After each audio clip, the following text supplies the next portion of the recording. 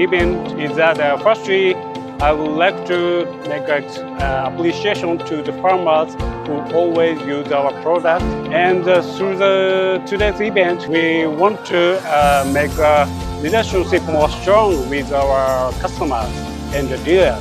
That is the goal of today's event.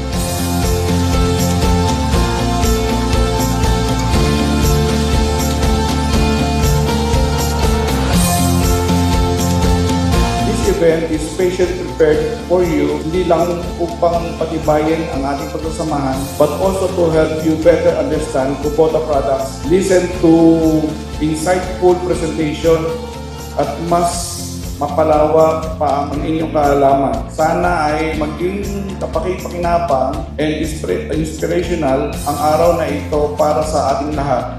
Muli, magandang araw at welcome sa ating Kubota Saka Day 2026.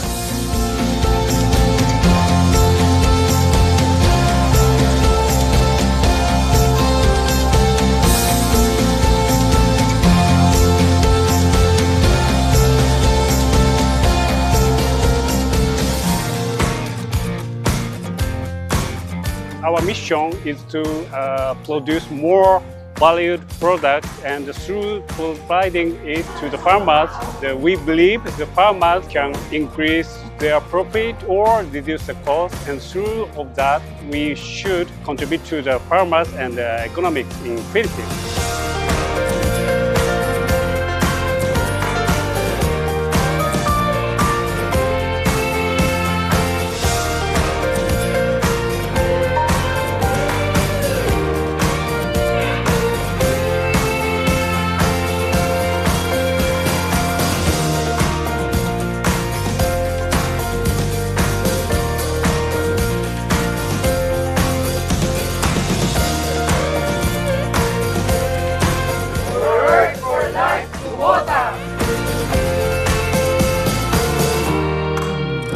Para po sa lahat na tumatangkilik na sa AgriPlus Trading at the same time kay Kubota, maraming salamat po sa inyong tiwala. Umasa po kayo, nagagawin po namin ang lahat ng the best na service, after sales at protection para sa inyong lahat.